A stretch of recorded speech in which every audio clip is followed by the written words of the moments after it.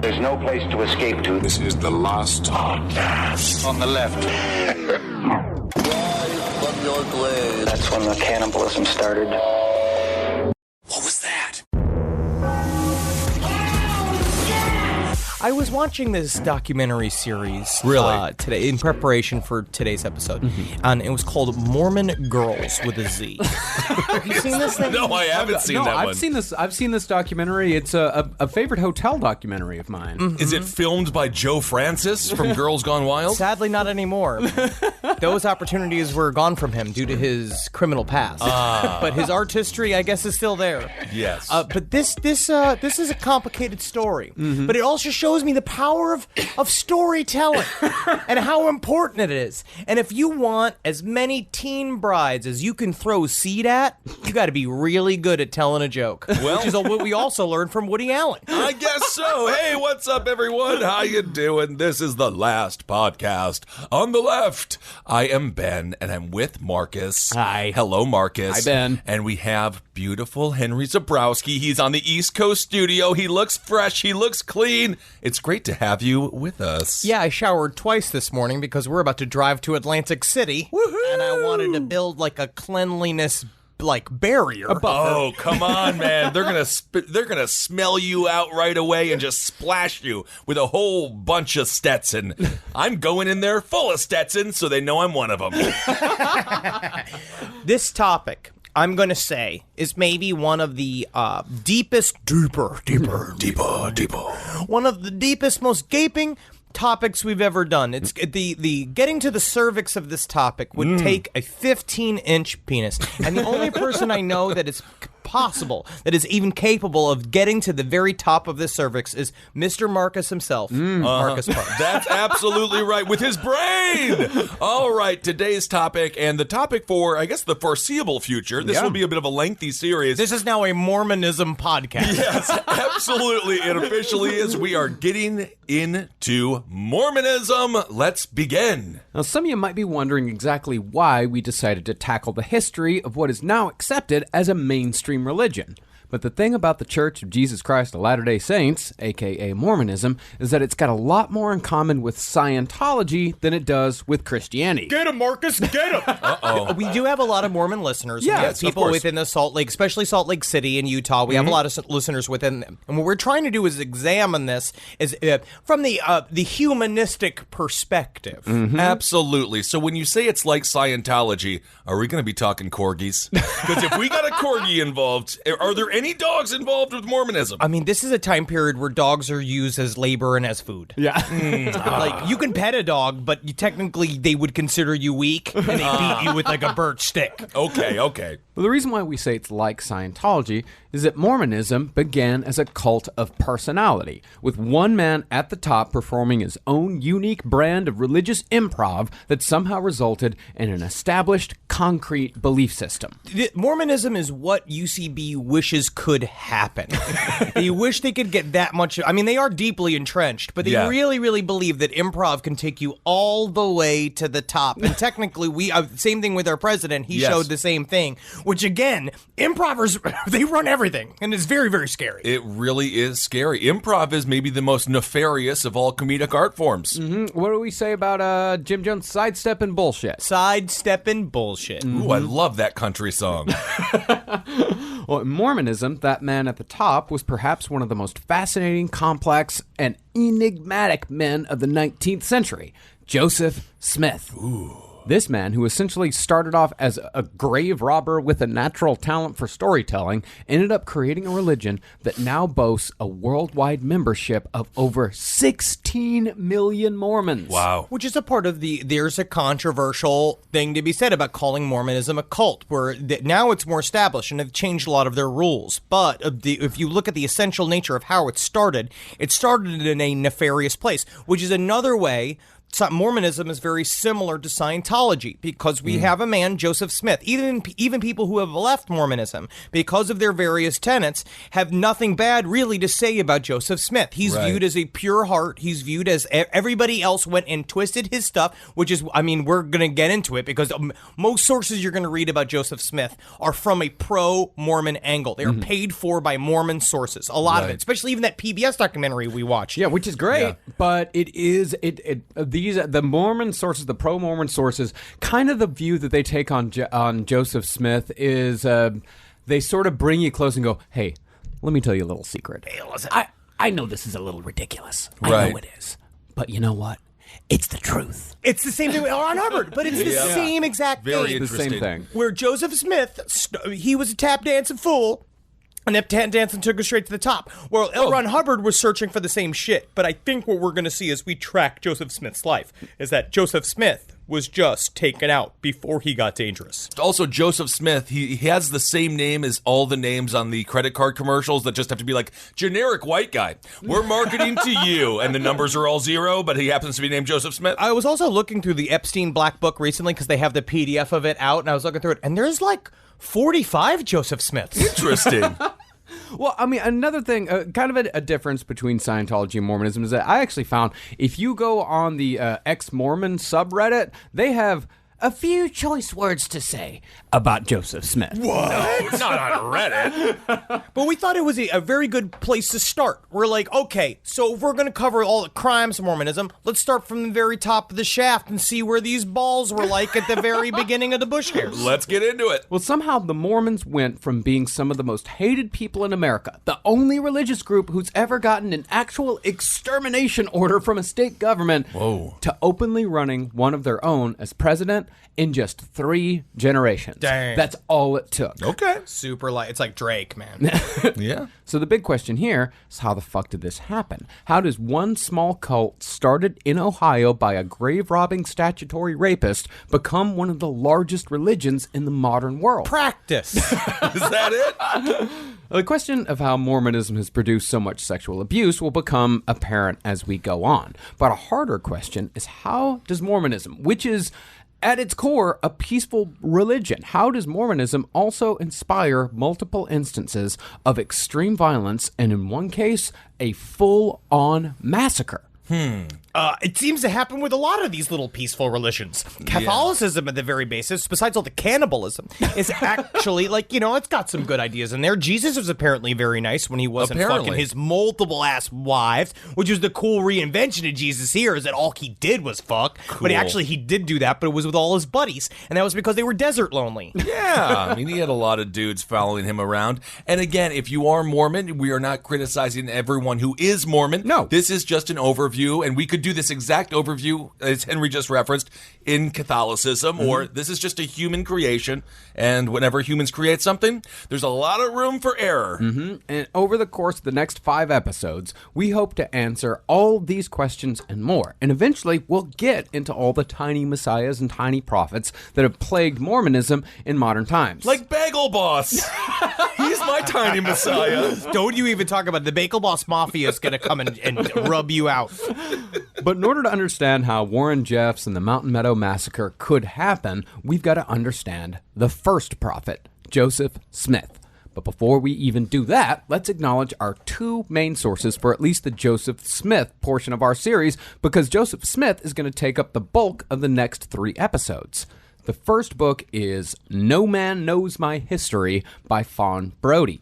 Written in 1945, it is still the only reputable book out there that takes a completely unvarnished view of Joseph Smith, although it can be guilty at times of heavy speculation. Yeah, Fawn had some ideas. Fawn had some ideas, but it is still a fucking great book. Yes. It's beautifully written, and it's got a great history in and of itself. Like, Fawn Brody was 30 years old when this book was published. She wrote it when she was 28, and she wrote it with 2 kids, and her husband moved a lot for work. Like, they were moving all over the country. She had 2 kids, and she still wrote a book that today is still respected as a solid work of scholarship and doing something that no one else had done before, and no one else has really taught since. This would make an incredible Secret commercial. Do you remember that? They did Strong Enough for a Man but Built for a Woman? Yes, absolutely. But even though this book isn't perfect, No Man Knows My History is the more human, con man-focused view of Joseph Smith. And like I said, it's still respected to this day. Our other source, by contrast, is the one that views Joseph Smith as a genuine yet somewhat flawed prophet. That book is Rough Stone Rolling by Richard Lyman Bushman. Yeah. Yes, indeed. Dick Bushman. Yeah, it's Dick Bushman. Dick Bushman.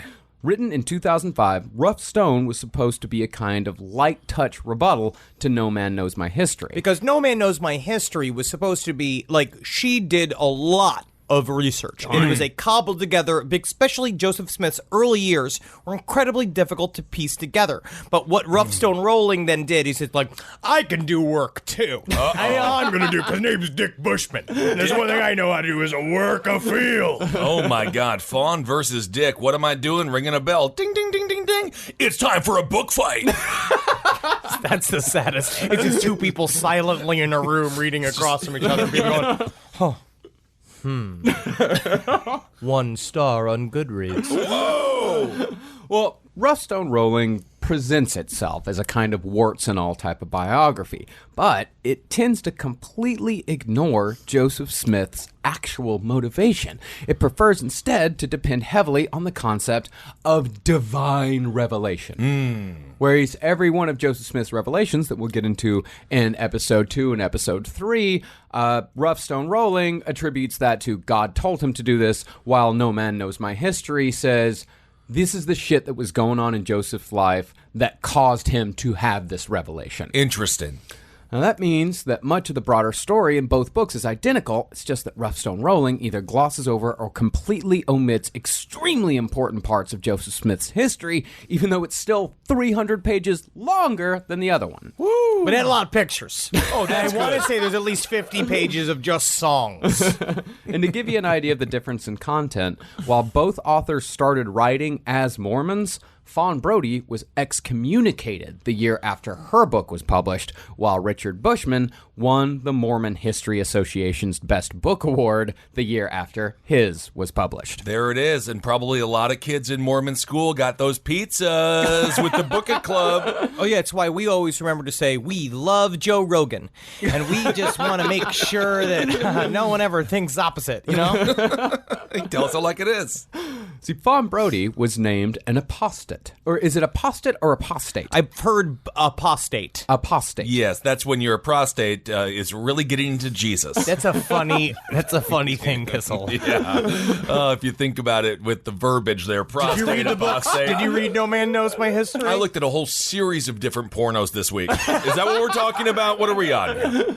Well, an apostate is the first of many words in the Mormon vernacular that we're going to learn over the course of this series. Basically, the apostate in the Mormon sense is anyone who questions the absolutely insane story of Joseph Smith or questions any sort of church belief, policy, ritual, or tradition. It is, in Scientology terms, you'd be called an SP. Yes. It is the exact same thing, which is a part of the reason why Mormonism starts to swing towards cult and away from religion. A suppressive person. See, Mormons are expected to live in what they call perfect obedience. Yeah, Mormon Girls has a lot of that. Oh yeah, that's gonna work out. That's gonna work out great. And anyone who breaks the rules or asks questions can be, and often will be, excommunicated. And just like with Scientology, excommunication in the Mormon Church means losing your community and oftentimes losing your entire family, which is why leaving the Mormon Church is so difficult. You mean to tell me I don't have to be screamed at by both of my parents and then have to like share all my food with my brothers?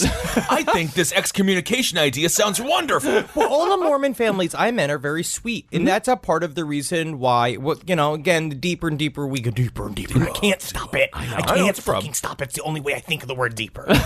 But it's why it's hard to leave, and why it's hard to question even the problems within the church, is that they build these little, very isolated communities that on their own are well taken care of. The families are very loving. It's a very loving community. Yes. But the problem is that it's more of the They don't want to hear the evidence. They do not want to be a party to it. They don't want to know that anybody who is a human being who is saying that I am the prophet and literally I'm the only person who can talk to God for you, and I'm the only person that's legit, and that you have to listen to this person with perfect obedience, which is a lot of times, I mean, I'm not going to say anything about the gangly, horny, twisted old men with the hairy knuckles and the big rings that run Mormonism and what they do and how their hands like spiders that move from your knee up to your hips. If you're even any close to the age of 12 years old, you're going to wonder why they ignore all that, and because the rest of it's so nice. All the other packaging, all the good stuff. It's like being in the Republican Party. I hear a lot of those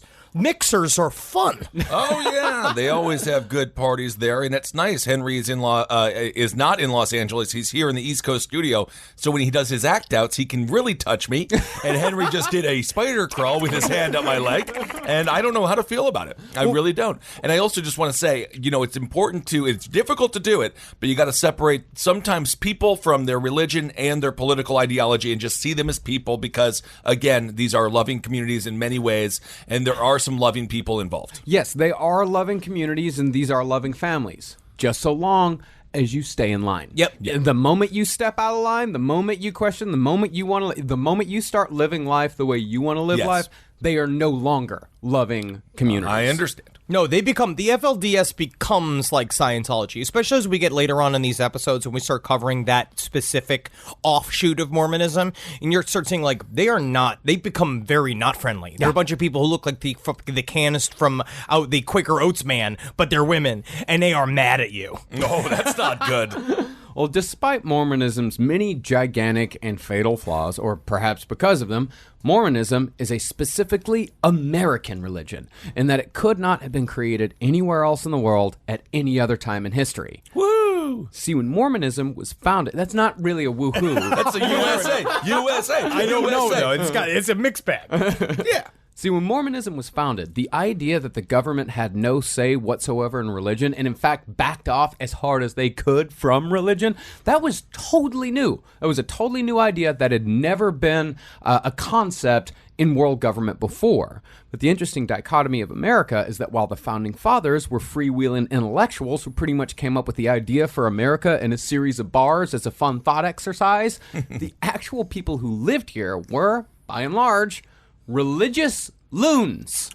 Religious loons? We don't even know what those are anymore. We barely even see those guys anymore. Yeah, what could that be? But I do love the concept of it, because you were reading a book called Fantasyland. Fantasyland is fantastic. It's so fucking good. It's about the beginning of America. Literally, was some drunk dudes in a bar, just smart guys who figured this shit out. And man, oh man, what a fun experiment it has been. Yes, indeed. I do that all the time. We figured out a lot of stuff with that pig farmer I spoke to in St. Paul. I figured out quite a few things in bars. Oh yeah? Yeah, buddy. Well, the difference, though, is that the founding fathers actually pulled it off. Like, the drunk ideas that they had, we're living in it right now. Wow! I love it. But they also had to get all of the actual people who lived in America to come along with that idea. And yeah. It's like, it's a fun to talk about with your buddies about how you should run a fucking elevated corn dog restaurant. And about 3:30 in the morning, it sounds better and better and better. You know what I mean? But the problem is, you need corn dog manufacturers. You need corn dog taste testers. You need the guy with sticks. Just cut to Benjamin Franklin in a tutu, sucking on a corn dog very seductively, just all seductive and things. Just be like, that's another thing you can do with a corn dog, Ben. That's great. Well, the whole thing about, like, taxation without representation, the thing about that is that we should have been paying taxes to England. They were fighting wars for us. Like, we actually... Listen to Marcus. Yeah, listen to what happened to him. Blood. Like, taxation without representation was a scam. This is why they don't like books. This is why they don't like books, because they get bad little ideas like Marcus. I ain't paying taxes to England. No way. Well, that's the thing, is that, but they had to get all these people to come along somehow, because it was these were highfalutin ideas. And I'm not saying that every person in America in 1776 was an idiot or even overly religious, but it's not like we were just overflowing with Ben Franklins. No, I mean, he was overflowing, but yes, we were not overflowing with He was experimenting with world cuisine. That's what I'm trying to do, but I'm on the inside. Yeah. I mean, after all, many of the first settlers came here because their religious beliefs were a bit much for Europe. And Americans have always loved the idea of being able to not only live whatever life they wanted to live, but to also believe whatever the fuck it is they want to believe, no matter how insane or fact-defying that belief might be. It's called making it work, baby. Making it work. It's got to do two wrongs. They could make a right if the two wrongs are you are correct to yourself. Absolutely. Yeah, belief has always been more important to Americans than fact. That's just the way it is. What is a fact, Marcus? A thing that is true? Oh, what is truth, though? We can do this all day. No, you two are great Americans. See? He said that as an insult, but I took it as a compliment. That's how you do it. That's how you flip it. Well, Mormonism is a prime example of this. And Mormonism took it even further by geographically rooting Christianity in America.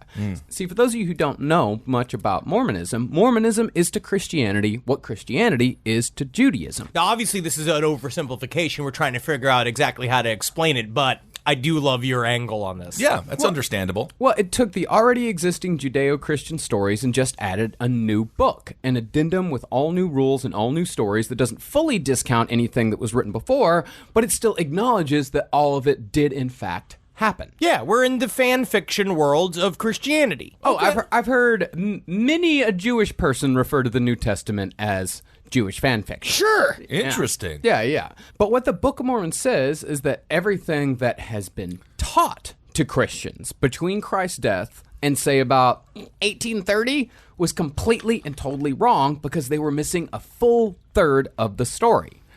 And that missing third just so happened to occur in America. Hell yeah, dude. Fucking trilogy, dude. It's always a problem to do 4 movies because it doesn't really make as much sense as just 3. Well, for example, if you've ever wondered where Jesus Christ went during those 3 days between his crucifixion and his resurrection, Where'd he go? America. Yeah, Yes, dude. Had to. He got on his pumper. He came out here. I think he took the Concorde. Do you remember that? I remember And he went straight to New York, and it was him and Arnold Schwarzenegger as Hercules. Oh. Great movie. Yeah. Yeah. And the Garden of Eden? Ben, I know you've wondered where that was. I already went to the Garden of Eden. It's a chain restaurant now, and it is. That's with a T. Yes, That's very with a T. Well, no, I'm talking about the biblical Garden of Eden. You I know where know. that is, Ben? It's in Narnia. It's in Jackson County, Missouri. Of course. Where would you not put the Garden of Paradise? Of course, it'd be in the middle of beautiful Missouri. No, if it was in the middle of Jackson, Missouri, it would be full of Panera Breads and Applebee's. Crystal meth. And meth. Which Jackson County, Missouri. That's where Independence, Missouri is now. Oh, okay. Yeah. Well, in other words, Joseph Smith, who was a fantastically talented storyteller by the standards of the time, Joseph Smith created a mythology for America using a story that was already familiar to the majority of Americans. He just retrofitted an old school, like Native American story, which also necessarily wasn't true. And he did because it wasn't Twilight, wasn't 50 Shades of Grey, Twilight fan fiction. I don't know. I believe that's how it started, that it was Twilight fan fiction. It's just that thing where they just took a story and he went, and he twisted it. We're just lucky that Walt Disney just wanted to make money. And that Walt Disney just wanted to make money, and so he created his stories where it's like, and even L. Ron Hubbard, I almost view him with a level of purity because he just wanted money. Yeah. Where Joseph Smith used this storytelling ability to control human beings. Okay. But there is an important distinction to make with Joseph Smith. Joseph Smith did not consider himself a messiah like, say, David Koresh did. He did not think that he was the second coming of Jesus Christ. No, he would never deign. He would never deign to say he's the Messiah, but is he the only one that can speak for the Messiah? Uh-huh. See, that's a good move, though. Smart move. He makes him look humble. And then but then that's how you get in the back door. Yep. And then people put you in the front. Yep, that's right. I mean, Joseph Smith was a prophet. Joseph Smith was he's the American Muhammad, the American Moses. Okay. But what's convenient about that, at least from the perspective of the modern Mormon establishment, is that Joseph Smith can now be rejiggered as just a man or a product of his time. Oh yeah, it's like going, because then you're gonna be like, "Hey guys, I'm just a guy." And at any point, if someone's being like, "Joseph, you just told me to sleep with my own daughter," and you're like, "Hey, come on, I'm just a guy. I just put a little seed in there, and you took it to having sex with your own daughter, you pervert, because I already had her." Oh my, Joseph Smith never made his followers have sex with their own daughters. Come on, hey, take her around with her. Come on, mate. This is your idea, you crazy. Well, today, many Mormons choose to look at the big picture of Joseph's life. You don't look at the details. You don't look at the small things. Sure. Because they fold Joseph Smith's life into a larger faith in God, which sweeps away any details, such as child brides, that might make Mormons uncomfortable. Okay. And if you really start asking questions, from the outside at least, all Mormons have to say is, don't take our word for it. Millions of people already believe. Oh, it's like ShamWow.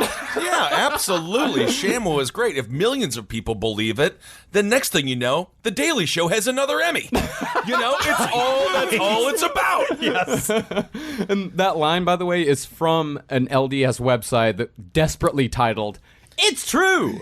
It's true. I also want to preface this. I do feel like I just said it again. I just technically spoke like pro LRH words. And I don't mean to. It's just that Marcus and I talked about this, about how like I'm an LRH guy. I'm not That going to is say just because you physically are him. I mean, he's a role model. I know. He's a physically body role model. Yeah. But Marcus is kind of a Joseph Smith guy. You know why? Why? Because I like fantasy and Henry likes sci-fi. That's what it That comes is down not to. even remote. That is 1/100th of both of their personalities. No, but it's a big part. It's a huge part. It's their storytelling style, because Joseph Smith told an old school fantasy story, like with warring tribes and, and different races, and all got he had orcs versus elves. The ultimate irony of this entire podcast is both of you are going to become cult members. That is what you're going to become a Mormon, you're going to become a Scientologist, and I'm just going to be like, I guess I'm going to go enroll at Farwell University then. No, Marcus and I don't like bosses. That's Yeah. why we were bad at regular jobs. We don't. So then now we're at this point where it's like I would have to be in charge of a cult, but what are we discovering as bosses of our own little company? I don't know how to tell them what to do. I don't know what to say. Work. It's Which a is lot why of work. you can also see why Joseph Smith. You have all these people like, what do you want it to do, Joe? What do you want to do? And eventually it's like, I guess you guys can start blowing me. No, the only job I've ever had with bosses was when I was a dog nanny, and those were dog bosses. They were not real bosses. You didn't have to like Get you the Chihuahua? She was a boss.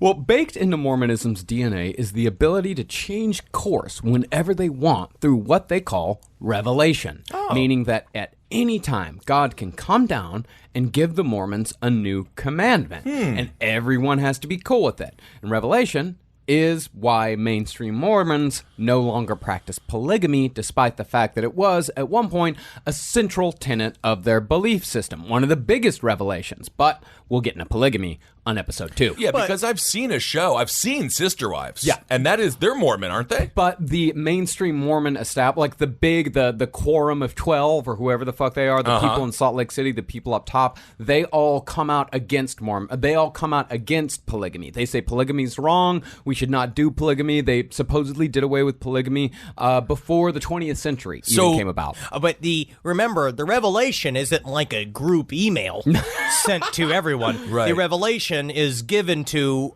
the prophet, whoever is the president of the church at the time. He then interprets and then tells everybody what God told him to do. So that's kind of their David Miscavige type person then. But David Miscavige, same thing, kind of has so he does have a panel that he has to go run shit by. Right. But the general movement is that whatever the prophet says is the word of God. I will say in probably the next 10 to 20 years, the head of the LDS is going to have a revelation saying gay people are fine. Yeah. Because they want to stay in power. They want to stay in power. They want to stay relevant, and that's the big sticking point with Mormonism. They right could now. probably get on that sooner than 10 or 15 years. It's gonna take a while, but you look they're at- gonna get on it. I guarantee you. Salt Lake City's changed quite a bit because has. they've become a more open city, especially the LGBT community. And and it's about that. They are standing the test of time. The original energy that came forward from Joseph Smith, it could have been done. It could have been squashed then. But Brigham Young helped take the whole thing to the next level, which we'll end up covering. Yeah, we'll get into him. And I mean, judging by the amount of alcohol that was consumed when we were in Salt Lake City, I'm assuming they sort of relaxed the rules on booze a little bit as well. Well, let's put it this way. Polygamy was... When the American government came to Utah and said, we will only make you a state if you get rid of polygamy, pretty soon after that... Yeah, the prophet went, I had a visitation from God last night. Yeah. Interesting. God was dressed like a member of the FBI. Very intriguing. But really, when you get down to it, the Mormon belief system is really no crazier than the Christian belief system, the Hindu belief system, the Islamic belief system, or the Jewish belief system. The difference here, though, is that we don't have testimony from Jesus' next-door neighbor, nor do we have accounts of Luke or Mark fucking over people on treasure hunting expeditions or marrying young teenagers when they were in their late 30s. Admittedly, the Old Testament does have the whole Noah, naked and drunk and having sex with his own daughters thing. It's a parable. It's a parable. But the point is, though, is what we have with Joseph Smith is a wealth of actual information about his actual life, not just what the Mormon establishment wants us to know. So this is the most recent big religion, right? Less than 200 years ago. So this is, I guess Scientology would be the most recent. Yes. But this is really interesting to actually be right there. Yeah. And this is probably most likely what the prophets of the Bible were truly like. It kind of, makes you think about the entire thing like it's all some gigantic extended fraud. But I don't want to say that. But then I do. again, but I do end up saying it does roll off the tongue, though, doesn't it? So, without further ado, let's get into the story of Joseph Smith and the birth of the Church of Jesus Christ of Latter-day Saints, a.k.a. the Mormons. Can we have some of that Native American flute like they have in the PBS documentary where it's just been like, Joseph Smith was born in a small town in Vermont. And then, like Natural History Museum music. Yeah, I love that. So he birthed the religion. Joseph Smith's capacity for questioning mainstream religion was actually somewhat of a family tradition, with his mother writing that she couldn't choose a church because every church said that every other church was wrong. She called it the church. She said the churches witnessed against one another. So it is impossible to choose the correct one. Well, because a part of it is that when we separated church and state, when America went independent in 1776, it kind of threw the whole thing into disarray because a bunch of secular dudes were trying to, they were still obviously religious people, but that threw a rift in the middle of this country. So people kind of went insane for a little bit, trying to figure out what the fuck are we supposed to believe and who is the main church here. We're used to having a main one. It's almost as if people are extremely tribal and can only handle a certain amount of people inside said tribe, and in order to have said tribe, they have to have an enemy, which is most likely just another tribe. What? Yeah. Remember, this is 20, 30 years after the American Revolution. Cool. This is not that long afterwards. No, not at all. We're still a baby. Yeah, we are. America's a baby. Well, Joseph Smith also had storytelling in his ancestry as well. His grandfather, Solomon Mack, composed an autobiography called A Narrative of the Life of Solomon Mack. That's a kick-ass name, I have to say. Solomon Mack is double badass. Yeah, he sounds like the best bass player from 1976. That'd be sweet. Why are my pants all wet? I know why. It's yourself. Oh, that's not pee, my friend. Well, this book, writing an actual book, that set Solomon Mack apart from other Americans at the time because writing was not common in any way whatsoever. On the other hand, once Solomon grew into old age, he fell into what Fawn Brodie called a kind of senile mysticism, with lights and voices haunting his sickbed day and night. We're going to see that the beginnings of especially America were incredibly mystic. There's a lot of occult leanings. Yeah. And that's a part of why I'm very excited about talking about Joseph Smith and his basically incorporation of an entire world of right-hand path magic into Mormonism. And Joseph Smith had other religious dissenters on that side of his family as well. Jason Mack, Joseph Smith's uncle, set up a quasi-communistic society of 30 families in New Brunswick and oversaw both their economic and spiritual welfare. And they jump right over this and they don't like to bring him up quite a bit in Mormon circles because it straight up shows his uncle ran a cult. Yeah. And he got this, all of this was downloaded into Joseph Smith's brain even as a little kid. So it's just the family business, it sounds like. Yep. And as far as the other side of Joseph Smith's family went, Smith's ancestry ran back to pre-Revolutionary War days, with his first ancestor, Robert Smith, coming to Massachusetts in 1638. I love how goth he was. I love it. It's the same Robert Smith. Man, that would have been a weird ride on the fucking... What was it? The Nina and the Pinta? Yeah. Not the Nina and the Pinta. And the Santa Maria. No, what was the other one? The one that went to... It's not Casterly Rock. Oh, you're talking about Plymouth Rock? You're talking Yeah. about the Mayflower? Yes. Yeah. Jesus Christ. I can't... Robert Smith in his button-up shirt and his khakis. And his mascara running down his face and like his weird pink lipstick on him. I have always said it. Bill Hicks wanted his rock stars dead. I want my rock stars fat. I love it. I want to see fat Marilyn Manson and Rob Zombie. I mean, Rob is still rail thin. Oh, yeah, he looks good. Yeah, Marilyn's got a little bit of... He's got some rider gut. I love it. Rise from your grave. Rise from your grave. But the one thing the Smiths could never figure out was how to make money. Before Smith was even born, his father invested all his family's savings in a shipment of ginseng, although New Englanders at the time, they preferred sarsaparilla, pleurisy root, and something called skunk cabbage. You ever had hamster carrots? Hamster carrots? Oh, yeah, they're great. You ever had those? No. You ever had, you never had a sock cucumber? What is this? You've never had a gronk? Hey, you've never had blursh? I can't tell if you're naming real foods because you eat the weirdest stuff. Well, that doesn't really matter that New Englanders didn't like ginseng all that much, because Smith wasn't trying to sell ginseng to the New Englanders. He was trying to export it to China, where it was said that a ginseng root shaped like a man could be sold for as much as $400. It looked like a man. And the reason why it did was because if you did sell a ginseng root that looked like a man, it does help with your wiener, apparently. Virility. I they believe say, that. I yes. believe that. And you also referenced one of the only good characters from Mad TV. Yes. Yeah. Predictably, though, the transportation agent that sold the ginseng to China fucked off to Canada with the money. Yeah. So the Smiths were forced to sell their farm and use Lucy's dowry to pay off their debts. And this was going to be a mark on them for forever, because for a second, they had money. Yeah. They were ready to go because one of the family members in the past had figured out how to make that cash. And from then on, it's going to be like, how do we make some fucking easy dollars? Yep. Because we are bad at every single thing that we touch. So it really is just someone making a bad investment and not understanding the market. Mm-hmm. So it's like everyone remember the late 90s tech bust? Yeah. When everything blew and everyone's like, but I have all this stock in cat.com. The 15 gallons of Beanie Babies we have in my family's fucking garage. Well, because of these bad business decisions, when Joseph Smith Jr. was born in 1805 in Sharon, Vermont, his family was pretty much transient, and Smith lived in 7 different places by the time he was 5 years old. But when Smith was just 8, he went through an ordeal that I'm actually surprised scholars don't talk about more, or at least they don't talk about it in the right light.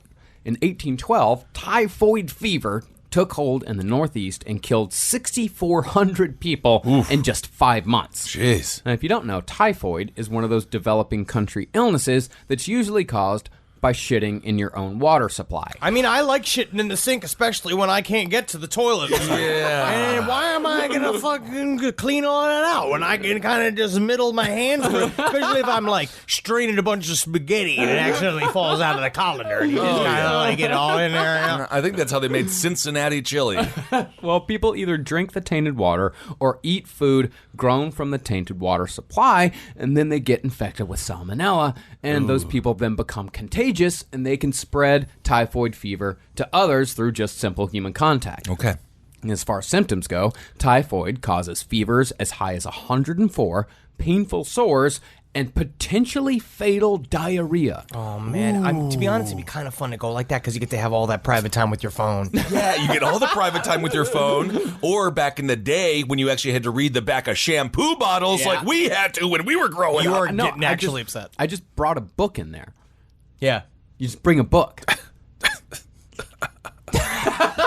I will say, I don't care about bringing a book in my own. I always read a book in my own bathroom. But then I brought a book into the airplane bathroom once, and when it came out, people looked at me like I'm a big piece of shit. Well, it is a little strange. How weird. long were you planning on being in there? I mean, I take my time. Oh, my goodness. Well, in 1812, when Joseph Smith was just 8 years old, he contracted typhoid. Now, he only had the disease for about 2 weeks, but during that time, he developed a sore in his armpit that lasted another 2 weeks before that sore got lanced, which produced about a quart of pus. Ooh, yikes. It's like one of those YouTube videos, or Dr. Pimple Popper, which I see every now and again. After that, Smith got another infection in his left shin and his ankle, when that sore lasted for another 3 weeks, and that infection got into the bone. So literal barber surgeons bored holes into his leg bone and chipped away the infected pieces. Well, they wanted to get rid of the whole leg, and they kept negotiating with the barber surgeon, who's just like, yeah, I take the whole leg. And they're like, we know you're excited to take the whole leg, but we think maybe we can save it. He's just like, I take half the leg. And he's like, well, we'd love to just get a little chunk out of there. And then they didn't want to give him booze, because that was the antiseptic at the time. Anesthetic. The anesthetic at the time. Right. And they didn't want to give it to him. And so they said the first character building thing of Joseph Smith's life was him screaming in the night and like covered in sweat as the fucking barber surgeon went ding, ding, ding, ding. Ooh. Ding, ding, ding, ding, ding. Yeah, an operation saved his life. Maybe. I don't know. Maybe it did. Maybe it didn't. And did he at least get a haircut after? And 14 more pieces of bone had to work their way to the surface while he healed. And what this meant was that Joseph Smith was bedridden for 3 months. And even after that, Joseph wasn't able to walk on his own for another 3 years.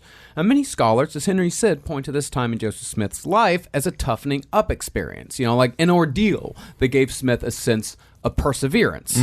But think about it this way. I think that what this time really meant was that young Joseph Smith had nothing to do all day long but sit, stare at a wall, and live in his own imagination. Just building stories. Yeah. He became a little Lewis Carroll. And I don't know what it is about spending that time alone with your imagination. Sometimes it makes you want to have sex with a child. Well, it shouldn't, but I mean, we used to all do this as children, not the part that you mentioned with the child, but we were imaginative kids. I had all my little imaginary friends because I didn't have those things called tangible human friends for a very long time. We grew up in very isolated and strange places, so it's good to build imagination. Yeah, but you got to remember, he is laying in a bed, staring at a wall. Now, did he have a cat poster up there and it's like hanging there? No, nothing, dude. He probably had he had the Bible, maybe. He had a couple of books, maybe. But most of the time, this is back when kids had to use their imagination. And that's back when the kids were stronger and they weren't expected to get participation trophies living their life. Yeah, I always think it's really good that we let these 8-year-olds know, you don't just win, 8-year-olds. This is the time I'm taking a stand during this drawing competition. There are plenty of authors and artists who suffered from childhood illnesses, and they use that time to build a fantastic imagination and a talent for storytelling. You tell stories to yourself to keep yourself from going fucking nuts. Because like I said, it's not like Smith could just sit and watch TV all day long. But none of those authors use their imaginations in the way that Joseph Smith would eventually use his. And that's what made Joseph Smith a true, successful American. I do wish that Stephen King just started a cult, although, judging by some of those excerpts from It, child sex may have happened as well. But just the fun world where a clown is truly the devil and stuff like that. Yeah. That could be cool. Actually, man, I'm in. I'm totally in. It would be fun. Dreamcatcher is a great movie. Technically, the girl chose to have sex with the boys in that scene. No, I know. I mean, it's obviously controversial. We don't need to get about into it. I don't want to talk about the child sex scene in It. Okay, sure, okay. They cut it from the movie. Marcus is the one who doesn't want to do research. That's fine. He doesn't want to do proper reading into the material. Well, that's the end of the podcast. Marcus has killed Henry. So after Joseph's long illness, the family moved to Palmyra in upstate New York, 23 miles west of Rochester. Now, Now, many of Smith's biographers like to paint upstate as a full-on frontier at this time, and really large parts of upstate New York were frontier. I mean, I think even Brooklyn and Queens back then was still mostly farms. That's right. Even my dad growing up in Staten Island, it was all farmland. Mm-hmm. That's why they used to play weird tricks on each other, and like they used to prank the bus. Like he used to get a rubber ball and he'd tie a fake raccoon tail to the bottom of it, and he'd go, "There's some kind of rat in here," and he'd throw the ball in the bus, and all the people would run out of the bus screaming. Oh, they have a cat toy that does that now. Remember that? Well, that was not the case in Palmyra. Palmyra had a population of 4,000, had 5 schools, 76 shops, and 3 libraries. Yeah, Just so it was full of stories. Wow. But yeah, it wasn't the frontier. No. So he got far, because that was the whole thing, is essentially they were fucking broke as fuck. And father just left. He left. He's like, I got to go find a way for us to make money. And he's like, I found it. It's the edge of existence. Yeah. And then they went to Rochester. Yes, I think I'm going to invest in this thing. It's called the XFL. It's better than the NFL. Smaller balls. Smaller balls. Well, it was just another bad decision in the life of the Smith family, because Palmyra was in a boom. It was in a speculation bubble. And Joseph Smith Sr. bought land in Palmyra at the height of speculation. And what he bought was essentially a worthless rock farm. Most of the land around Palmyra was fucking awful as far as farming went. And, the Smith family, they did try their best to make a living. Joseph Smith's mother, Lucy, she had a small shop that sold gingerbread, root beer, and boiled eggs. Honestly. Yeah, I love shitting on my way to work. I love making sure I can't make it off the subway to a bathroom, so I just go in my khakis. Gingerbread is very good. I mean, honestly, all they had to do was get those little sticky Google eyes, pop those on some of those rocks, you got a business. The pet rock was one of the most successful products of all time. In one of the many weird ways you're sometimes accidentally correct. I'm on purposely correct when it comes to pet rocks. But sometimes that is also one of the things she sold. Lucy Smith sold little decorative men, these little like puppets, these kind of like dolls that Made she'd of sell rocks? to children, not out of rocks, but that. Then that I'm would be not even different. accidentally right. Because if you would have said she sold pet rocks, then I would have been accidentally No, right. she glued googly eyes to things. She didn't have they didn't have Michaels in 1830. No, there's a guy named Michael with a bunch of fake googly eyes. But the Smiths were still crushed under a mountain of debt because they'd bought worthless land at a high point in speculation. Because when it came to business, the Smiths just weren't good at it. They just were not bright. By contrast, though, America in general was going through a period of unbridled optimism, where anything and everything seemed possible. They just built the fucking Erie Canal. Like they had rerouted nature. So Americans were on a pretty big high horse at that And point. again, let's clarify some Americans, because there were large subsets of American people that were not doing so well. They were just dying. Yes. But also Manifest Destiny was a vaguely racist and also religiously black idea that was a thing that was fueling that optimism as well. Said, we can go anywhere, and even if there's a bunch of people there, that's our home. Yeah, I mean, I agree with everything from your sentence, but I will put on my editor cap and just remove the word vaguely, because I'm fairly certain Manifest Destiny was racist. Extremely racist idea, yes. And with those seemingly endless economic and exploratory possibilities came a parade of new ways to think about religion, just so long as that religion was rooted in Christianity. Yes. Now, during this time, when Joseph Smith was coming of age, so many different religious movements and revivals blazed their way through upstate New York that the region came to be nicknamed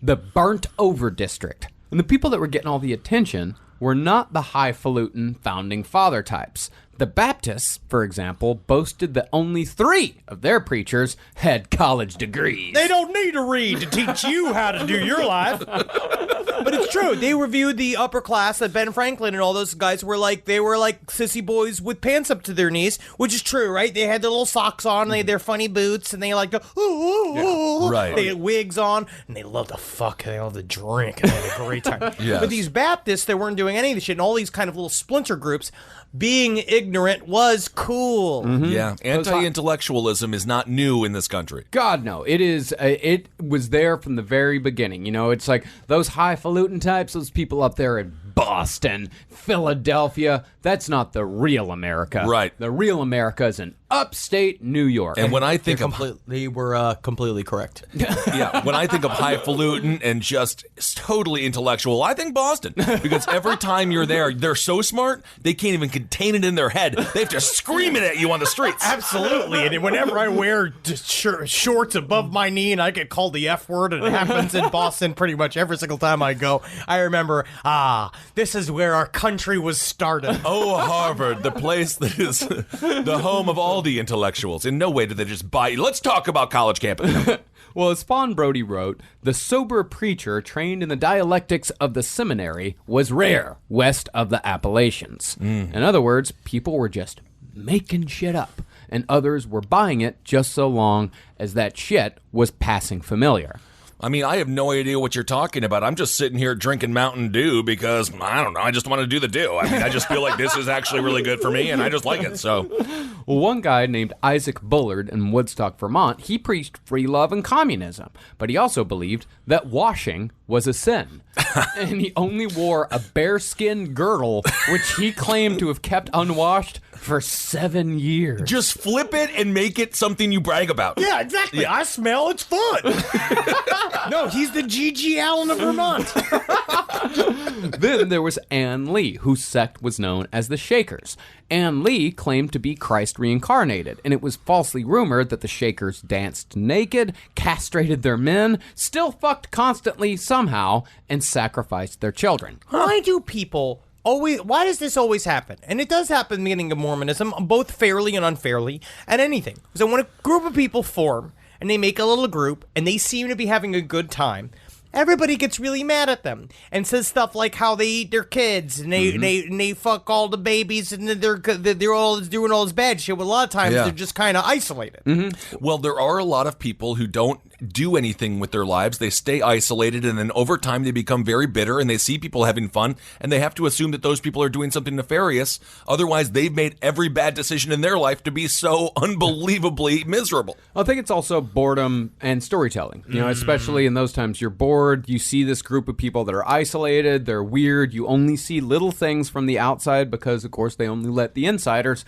see what's really going on. And you're bored as fuck. What the fuck are you going to do all day long? Yeah. You make up stories. You make up stories about the people around you. And they have like this spacey, wide-eyed smile of a group of people. They look like they all just got freshly fucked or they're on drugs, but it's actually just enjoying community. You know what? Speaking of that, Hare Krishnas, they're usually here in the summertime, and I haven't seen them at all. I think the Hare Krishnas are on the. I think they're on the downward slope. Okay. Yeah, I haven't seen one dancing because normally they used to be in Union Square all the time, and they used to make you dance in order to get through to the Q train. It was very annoying.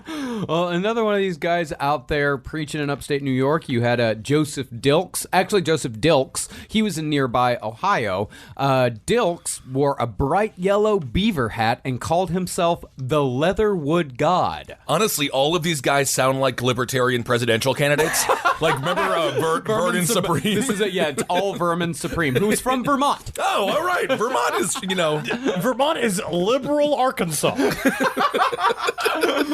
this guy, the Leatherwood God, Joseph Dilks, he preached through a series of shouts and horse impersonations. Hey, bitch! Nay! Hey! God loves you, God loves me! Doesn't he, huh? Hey, guys, it's illegal to wear shoes on Wednesday! Nay! Well, what do you do? He's like, Jesus Christ is Lord!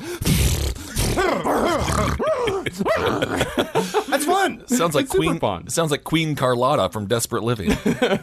Then you had Jemima Wilkinson. She also claimed to be Christ after she said she died from a fever and came back reincarnated as Christ. Okay. She called herself the universal friend and proclaimed herself to be genderless. She also said that she could not die. Yeah, she did. She did die. Yeah. Her gimmick was that she was supposed to have been able to recite the entire Bible despite not knowing how to read or write. And all these people, they had followers, although some had a higher quality of followers than others. Jemima Wilkinson had a follower named Prophet Elijah who would bind his lower belly with a girdle, and when his upper belly started to swell from the pressure, Prophet Elijah would be struck with prophetic visions. See how I'm sitting right now and how like the top my top belly is getting swollen by how my tiny shorts, right? You when I have put 'em very up. tiny shorts All on. right, yes. okay, I'm filling it up. Okay, let me roll my eyes back. Let me. Oh, we're about to get some really primo info here. Okay, I'm getting a vision. Okay. The Smithfield Switchbacks are going to win the Super Bowl. They're going to have to become a team first. Oh no, it's a minor league AAA baseball team. It's going to become a football team. You'll see. It's going to be on ESPN 9. Well, as it happened, Jemima and Prophet Elijah later had a falling out, and Elijah became a justice of the peace for the sole purpose of charging Jemima with blasphemy, but then he was very disappointed to learn that blasphemy was not illegal in America. Oh, that's so funny. Yeah. But see, this 180, when it came to Jemima and Elijah, this was fairly typical in these sorts of communities. See, when people are converted by upstart revivals and gimmicks, it tends not to stick. It's like how Wendy's did that Italian burger. Oh, I remember that. Yeah. Yeah, sure, people would be stricken by the jerks, which was when the heads and the limbs would snap and contort, or they'd be stricken by the barks, where they would crawl on all fours and act like a dog. But for a lot of Americans, this was like a fun afternoon. You ever get a case of the cunts where you just give a bunch of businesses 1 star on Yelp for no reason? No, you know what? I've never rated anything other than 5 stars. Yeah, why would you? I don't know. I just like You have to be a broken person to go to the internet to give it 1 star. It's putting your rage into it's just screaming at a wall. Yeah. Well, one preacher lamented that most of the churches founded on revivals, they barely lasted 3 months. Like, he'd come through, it's like, yep, there's be a revival, the church would be full, everyone would be full of the energy of Jesus Christ. Come back 3 months later, fucking nobody. No one. Yeah, Okay. no one at all. And even, the Leatherwood God, he was eventually arrested for fraud. But then he was released because, in the words of the judge, quote, "It was not a crime to be a god." Hey. Okay, that's very cool. Cool judge, actually. Yeah, absolutely. That is true. What can he do? Because he's just looking at this man covered in grime with a pot on his head. And he's just like, well, if you somehow got people out to your farm to hang out with you, Well, good work, buddy. Quick aside, what had happened with the Leatherwood God is that he would bring his followers out to the river, and it would appear as if the Leatherwood God was walking on water. But what had happened is the Leatherwood God had gone out the night before and had put a bunch of big rocks in the river, Honestly. just under the surface. That's so smart. That's how you do it. And then it appeared as if he was walking on water, but then a couple of teenagers went out and looked in the river and was like, wait a minute. Wait a second, Dave. Yes. Wait a second. Are them walking rocks? Those are the parlor tricks that led to every religion are they're so obvious. Yeah, and that was the thing, that the Leatherwood God was not asking for money or anything like Dude, that. he was in show business, Yeah, bro. yeah. He was putting on an act, and people were buying it for a little while, but he was very stinky. Well, Yeah. everyone's always like, oh, you can walk on water, but can you swim in sand? That's the question. I would be much more impressed if someone could, like a tremor, if they could Talking about- go through water, but You're talking like Scrooge McDuck. You're talking about Bugs yes, Bunny. like Bugs Bunny. If Bunny you can went to- swim through sand, that is more difficult than walking on water. Interesting perspective. Thank you. Sometimes the simple man, he comes up with an allegorical story that we all can learn from. Technically, that's all these people are. But in the middle of all this shit was a young Joseph Smith, who was at the very least absorbing everything going on around him, if not actively taking mental notes on what worked on his fellow man and what didn't. Joseph Smith, I would put him somewhere between Paul Dano from There Will Be Blood and Steve Martin, right? From the what? comedian. Because Just Steve Martin as a guy? Well, yes, and a comedian. What he talks about, if you read his book, Born Standing Up, he talks about how he intellectually looked at the field of stand-up, right? And he saw a gap. Yes. Where he was like, there's a lot of political comedy and all this stuff going. It's like, someone needs to be silly. I'm going to place myself right in the avenue where I need to be. I'm going to learn how to do this style of comedy, and I'm going to be very, very successful. Joseph Smith was a really good fucking quarterback for religion. And he looked at the field, and he saw where he needed to go, and he saw where some dudes fucked up, and some guys were like the ones that actually made it, for like the guys that were making money around him, and he put himself right in it. As a little boy, he understood. That is why I've always said I am the Steve Martin of this podcast. When have you said it? I just said it now. Okay. Found a gap and I filled it.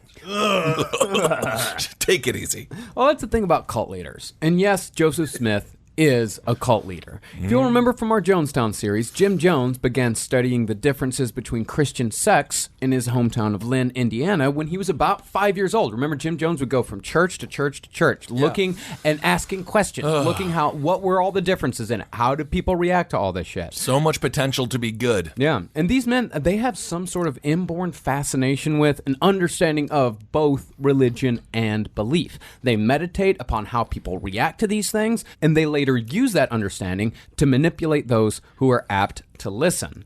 Now, we're not saying that men like Jim Jones, Joseph Smith, or L. Ron Hubbard wanted to specifically be cult leaders when they grew up, but it does seem like it was the job each of them was born to have. Yeah, man, L. Ron Hubbard, he had the body of a god and he had the mind of a what a sweet little chestnut he was, man.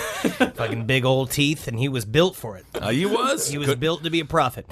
But Joseph Smith, there's something about that concept. It's somewhere between priest, stand-up, politician, where they have this built-in ability and need. Because Joseph Smith was also born with a chip on his shoulder. Because the family always talked about how they used to have money and we are better than this. Yeah, we're better than this struggling farm life. One of us, and they used to talk to the whole family, one of us is meant. Because there were 11 of them. He had 10 siblings. I'm going to add another profession that starts with a P, priest, or I guess stand-up doesn't start with a P, or politician, professional wrestlers. I was watching an interview with Stone Cold Steve Austin. He was on Hot Wings, or Hot Ones, which is a great show about chicken wings and questions.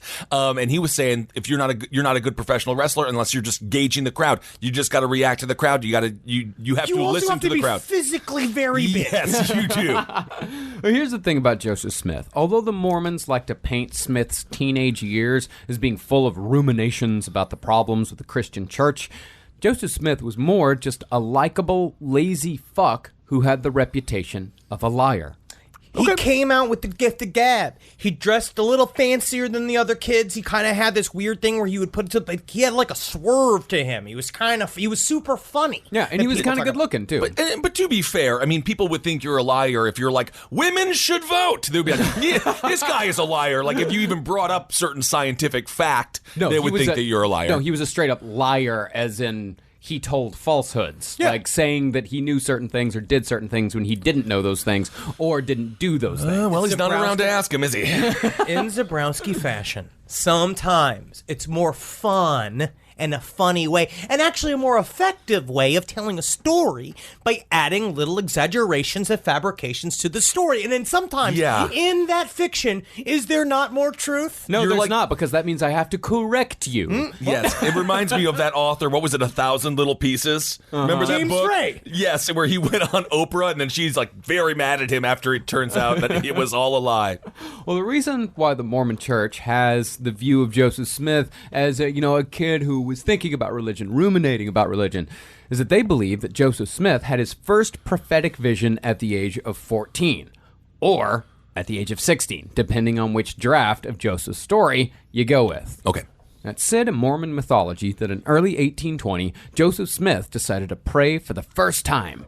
But since the log cabin in which he lived was occupied by his 10 siblings and his parents, the woods, he decided, were a better place for prayer. They were a better place for fucking everything. Yeah, makes sense. And as Joseph Smith was praying, he said that a pillar of light came down from the sky, and through that light walked both God and Jesus. Yeah, dude, number 1 and number 2. Wow. And God told Joseph that all the creeds of men were an abomination in God's sight. I do love the way they run down the vision, because they said it's just the pillar of light showed up, and one turned into Jesus, and then God was kind of this hazy thing. He turned into a man with a long beard, and then he just pointed at Jesus, and like Jesus just starts talking, and he's just like him nodding and shit. It's fucking Jesus is talking, like, yeah, son.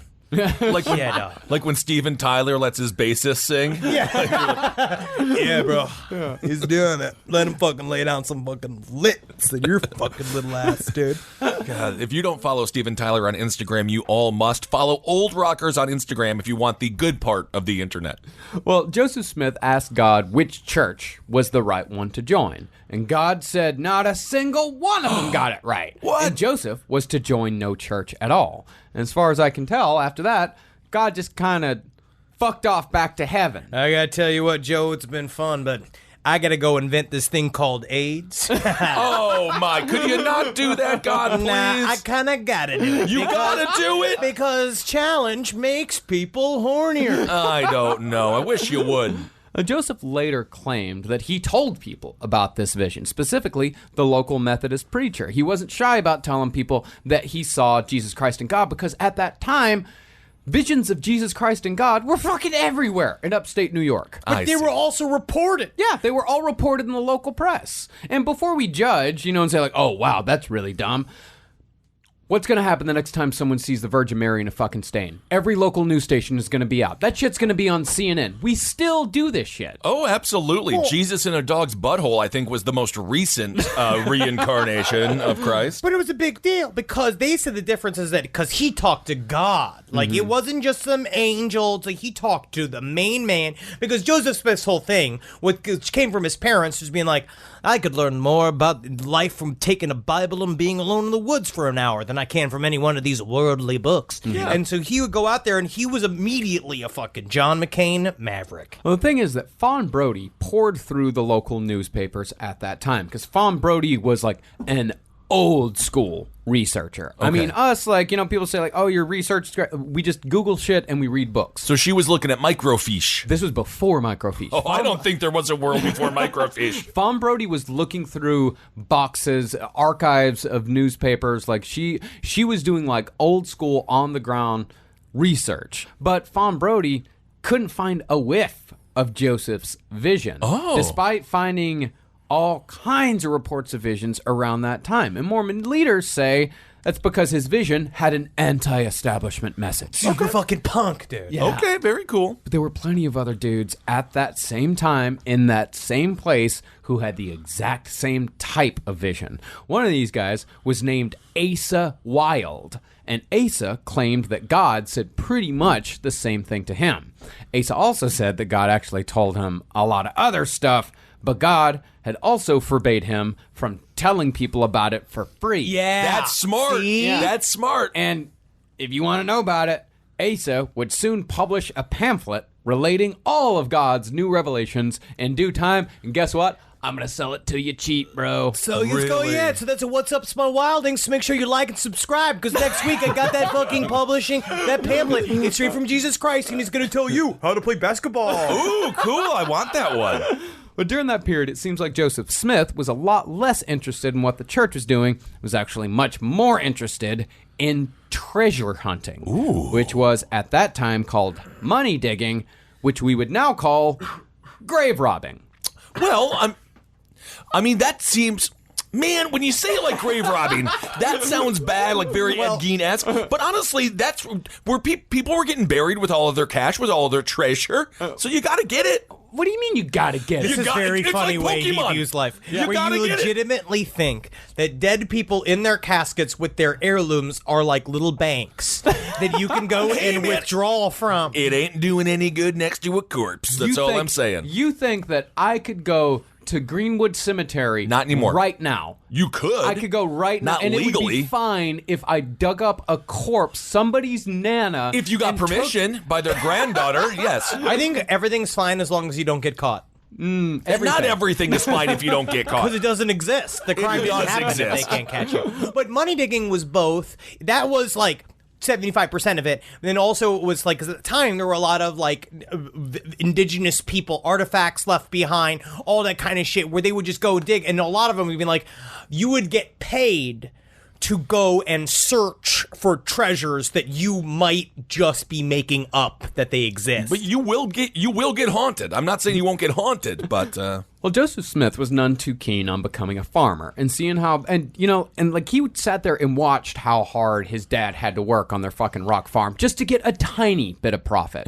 So Joseph decided he'd get in on the new treasure hunting fad that was getting more and more popular. oh, it's very interesting how you became a podcaster, Mr. Marcus Parks, as I've your been- father we broke started his this bones. shit. I have been in broadcasting for almost 20 years, sir. I know, we're so old. We got a very sweet letter from a listener the other day. Yeah, very sweet letter from a listener out in College Station. Thank you very much for writing a letter. It was very sweet. Thank And you.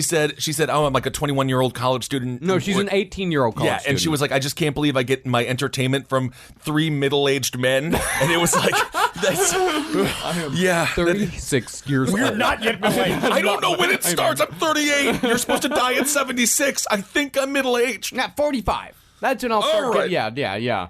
Or I'll be 39 and holding for a while, if you know what I mean. Yeah, that's right. You know, Jay. Well, at that time in Western New York, what they called money digging was actually a pretty lucrative business, which owed mostly to the fact that Western New York was covered with the burial mounds of the indigenous peoples of America. Horrible. And although one might argue that this isn't all that different from certain branches of archaeology, at least the archaeologists make some pretensions toward a quest for knowledge, a quest for history. And they have little paintbrushes. Yeah, that's what makes it different. Yeah, But also, absolutely. remember also at the time, the indigenous people were viewed as little above animals. Yes. So they did not hold any of their lands to be sacred. So they thought Yeah. that shit was just theirs for the taking. And I actually had a chance to interview Barbara Bassett. She's a Native American congresswoman out of Montana on this week's Abel Against Top Hat, and we get into indigenous people and the struggles that they still go through. So give that a listen. Nice. Well, in the case of Joseph Smith and his ilk, it was nothing more than digging up mass graves and sifting through dozens of corpses to find stone and copper artifacts, and in some cases, a little bit of silver, all for the purposes of profit. Mm-hmm. And it just so happened that within 12 miles of the Smith farm, there were no less than 8 of these burial mounds. Wow. And in those burial mounds, Joseph Smith saw a way out of rock farming. And of course, Joseph Smith was not the only one. A whole cottage industry sprung up around treasure hunting at the time, with the best treasure hunters including a certain air of magic and mysticism. Now, it started as, I think that it starts both as just straight up traditional folk magic, which has been a part of our society since the beginning of our culture. We have been into some level of either it's ritual mixed with improved rituals, eventually like realizing like I can add like twists to this. Sometimes this magic does work, sometimes it does not, sometimes it is just for show, sometimes it's just for sale, but it's been around forever. And will eventually, these are the types of things that would coalesce into what eventually become known as right and left hand path magic. These guys are doing the very beginnings of it, which is very similar to the way that Anton LaVey also did magic, where it's straight up halfway showmanship, salesmanship, and actual belief systems that they use, that they say this will help us find money in the ground. And I think that was the philosophy Rodney Dangerfield used when he was still selling vacuums door to door. Showmanship, it's all about that. But what a depressing time in many ways for our country. We forget how fortunate in many ways we are to be born in this era, because a step up from his profession, from the profession of rock farming, is grave digging. Yeah. So he was like, I'm moving on up. I'm going to the graves. But if they had made the proper decisions about where to move, they actually had went to the frontier, there was money to be made. If maybe Joseph Smith had like went to school, he could have found another trade. He could have done all these things. I think grave robbing was a choice because it was easy, and Joseph Smith was a natural born con man. And you had to be a con man in order to be good at the job. Yeah. Sure. One of the best treasure hunters at the time in Palmyra, New York, was a vagabond fortune teller whom we only know as Walters. This is fucking sweet. Just two left shoes. And Walters styled himself as an actual wizard, roaming around upstate New York with the sole purpose of finding buried treasure. Cool. Now, oftentimes, a farmer would pay Walters $3 a day to find treasure on the farmer's land. And this guy showed up, he had all the merch. He had crystals, he had mineral rods, he had stuffed toads, and all these things were accoutrement to help him find buried treasure. All right now, let us see what the sacred stuffed toad says about where the gold is. Now, Jumpy, are you there? Yes. Jumpy, I'm so glad to see you back from the afterlife. It's gold in the afterlife. Shut up, Jumpy. We need to get to work. Where's the gold at, Jumpy? Where's the gold? It's outside. Excellent. Excellent.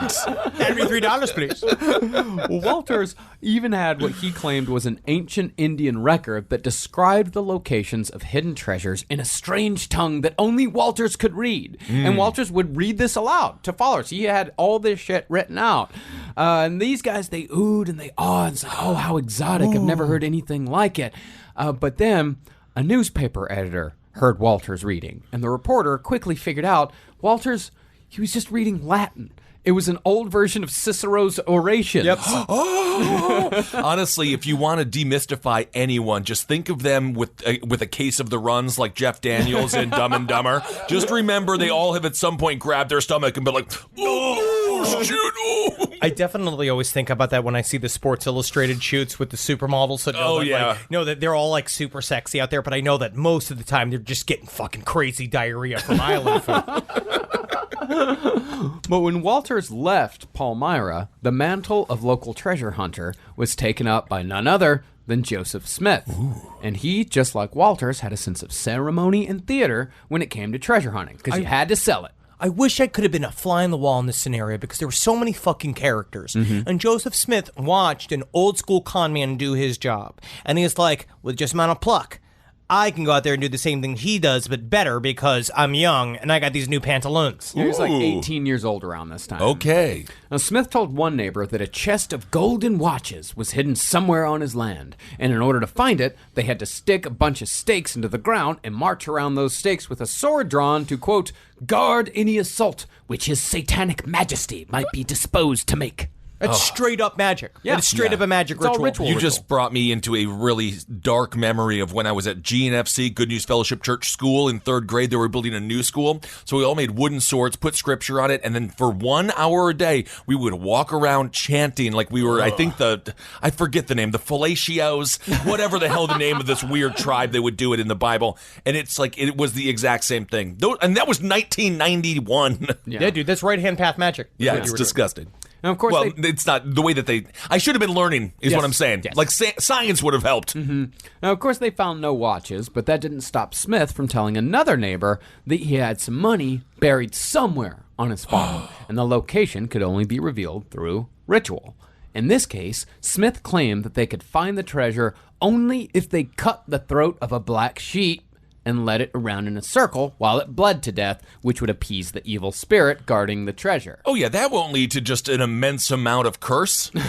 No, dude, you get all the blood out of it, and then you have mutton. Mm-hmm. Ooh. Well, as it turned out, the farmer had enough sheep where he could just kind of let one go to satisfy his curiosity, because the farmer was like, all right, you know what? Let's just see you do it. Let's see you try it out. This is all boredom. Yeah, He was like, all right, fine. It's all boredom. It's like, let's see. Yeah, I could see it bleed.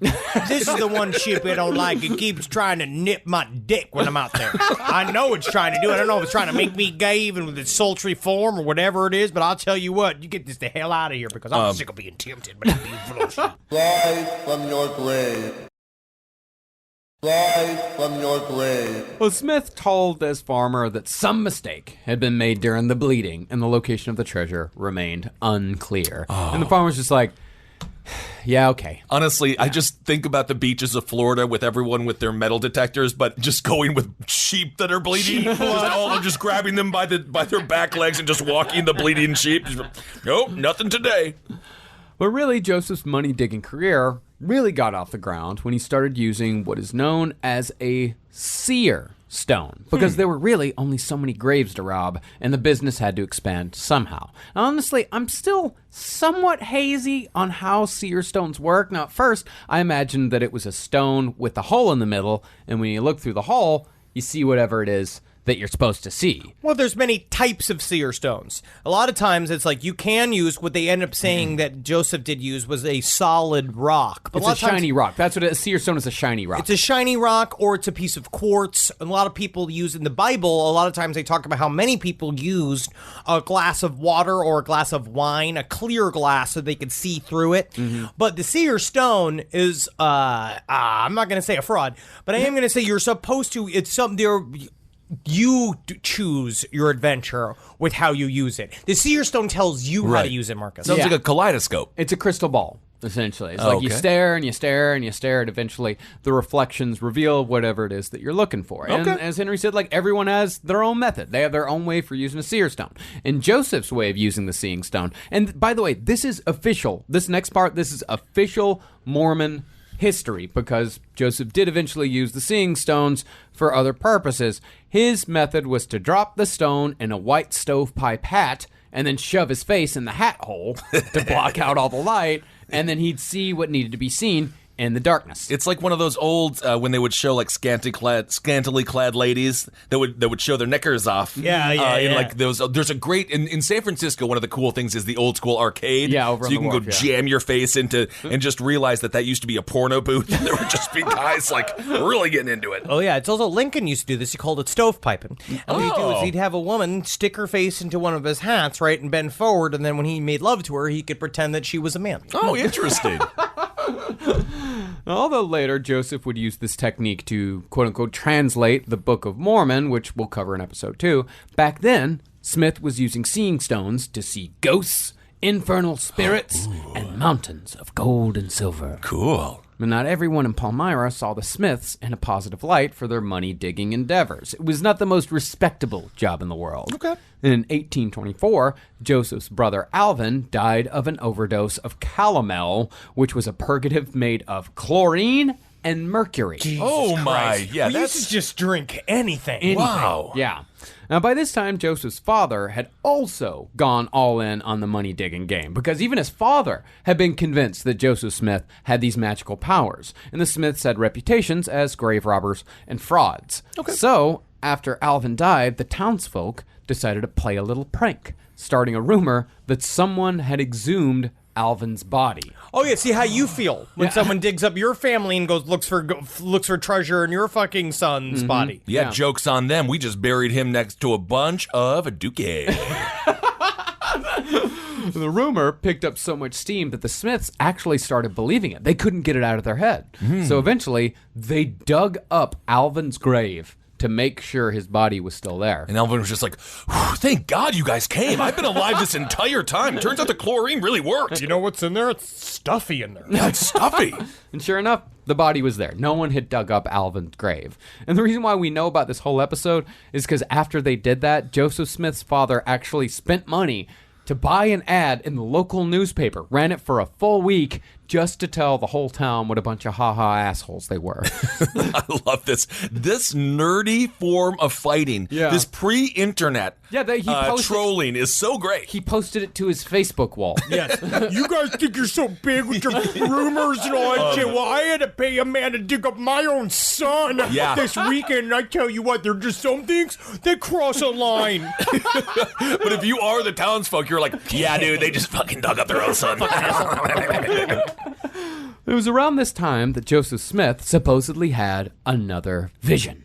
Mormons claim that on September 21st, 1823, Joseph Smith was visited for the very first time by an angel named Moroni. Moroni. I'm not sure. All I know Moroni. it's Italian for idiot. Yeah, it's not Moroni. Like, it's not. Hey, I'm Moroni. I'm the angel. What do you want, spaghetti or ravioli? I don't know. I don't know. What's ever got to do? Got a carve him for a marathon, or you just being fit? My name's Moroni. I'm the angel of pasta puzzle. Wow.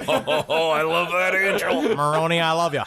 They are. This is now the core of Mormon belief. Yes. Okay. Now, what do we know? That none of this shit was talked about until Joseph Smith wrote his autobiography in 1938. None of this was actually set. None of these dates were set. So recent, man. So recent. Yeah. The story goes that Joseph was praying after the rest of his family had gone to sleep, when suddenly the room grew as bright as daylight, and a person appeared before him, floating in the air. Hey, I don't.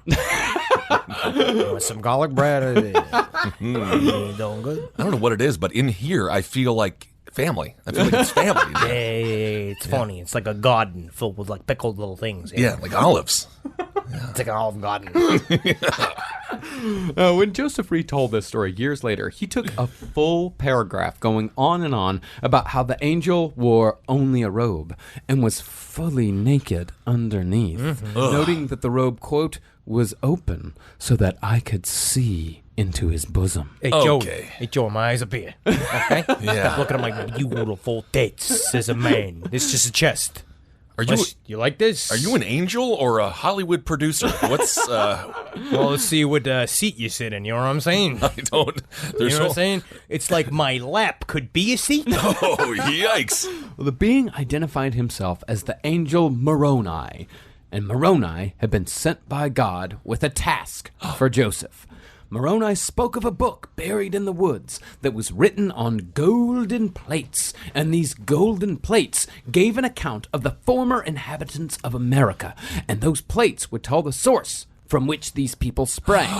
Furthermore, Moroni claimed that this book contained the everlasting gospel as delivered by Jesus Christ to the ancient inhabitants of America, lost these last 1,800 years.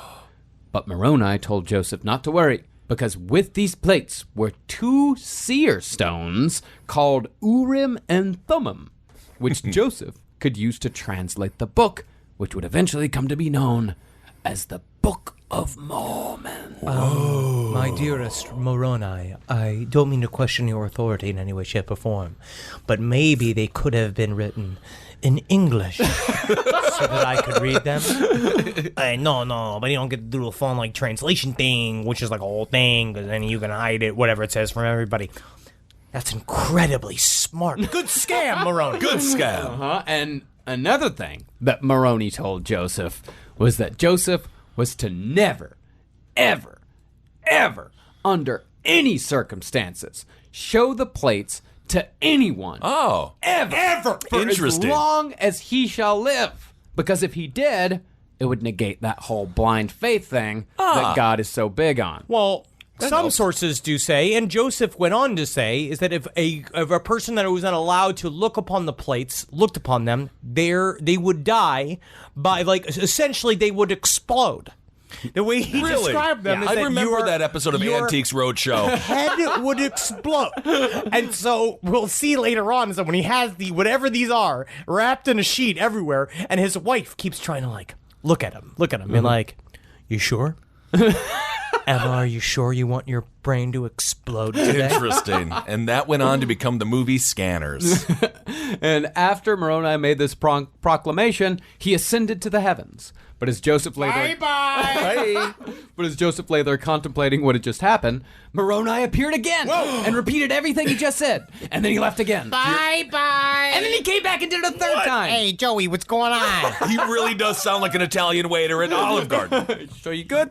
You good? You good? I could have more breadsticks and soup, please. I heard they're unlimited, and I am not fully limited yet. Hey, you don't want this against policy to necessarily bring multiple servings at a time, but look at you. You're a big guy. You're a good guy. Come on in, have some. You're always an angel to me.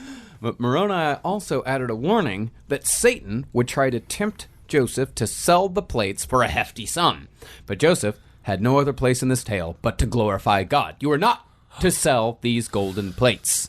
And the next night, Moroni came again and told Joseph, hey, you should probably tell your dad what's going on here. Okay. Let your dad in on all this. And when Joseph told his father encouraged Joseph to go out to the wilderness and take a look-see at these plates. Well, also in biblical terms and in magical terms, that the covenant is not made unless something is done thrice. Yes. So he has to come 3 times, and that's how he knew. That's how Joseph knew for a fact. Yeah. That this man, this entity, was sent by God, and it was for real. So Joseph went to the spot where he was told the plates would be, and Joseph started digging. He soon hit upon a stone box, and inside that box were the plates, the Urim and Thummim, and the breastplate of an ancient American. Now, what's fun is that, like rough stone rolling, and they talk a little bit about it in No Man's history, but no one really talks about the fact that before all of this story was created, he asked a dude to make a box for him. And he asked people, how do people go about digging through these mounds? Because he knew people were finding shit in the mounds, right? And they were doing so. And he would find things every once in a while, because mostly his game was to con people. He'd pay money, and his job was just to search for treasure, and sometimes find treasure. So he's just a producer of Storage Wars. Yes. He planted everything. I mean, technically, Joseph Smith, that was kind of entertainment at the time. Like, Yeah, super entertaining. What else do they have? You're bored as shit, and so you pay a fucking treasure hunter $3 a day to come tell you a bunch of stories, take you around your land, because your land is worthless, because that's the other thing, too, is that the people, he's also fucking people out of money, people who don't have money, because these are poor farmers who bought this worthless land at these high prices, and they're like, fuck, maybe there's treasure. Yeah. This is like a last-ditch thing. Maybe there's treasure on this land. So Joseph Smith is also taking advantage of poor people. Playing on desperate people in desperate times. Now, the story goes that the angel forbade Joseph from taking the plates for a period of about 4 years, because Joseph had to go through a purification process before he could overcome his natural greedy impulse to just sell the damn things. But he was like going out and checking them out, like going out to the woods, checking them out, coming home, going out, checking the woods, going home. And it's time to be pure. All right, just remember this, Joey. We got 4 years of this. All right, just drink as much coffee as we can. All right, Yep. let me just do a couple sexy dances. Got to really purify this Jiggle system. it out. I'll take some of this cod liver oil. Make sure every shit I take counts. Oh, the cod oil. My parents had a love for cod fish oil. Don't know why, but... Well, in Joseph Smith's autobiography, Joseph doesn't really talk about the years 1823 to 1827.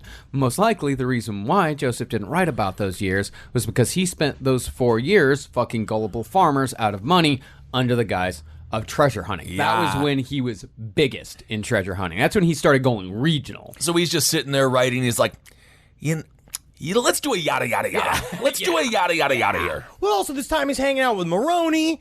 They're eating a lot of pasta. It's him and his daddy going out to the mounds, having a good time. He's building this legend as he goes, slowly but surely adding to it, mentioning stuff, showing more and more people his like ability to scry and see the future. And so his con game was just getting strong. He went to con college for 4 years. Yeah. And one of those money-digging expeditions in particular involved an elderly farmer named Josiah Stowell. And Josiah asked Joseph to come south to look for a lost silver mine in the Susquehanna Valley. Because I just had it. You just had I hate it when I just had it and you turn around and I lost the whole damn mine. You lost an entire silver mine. Yeah.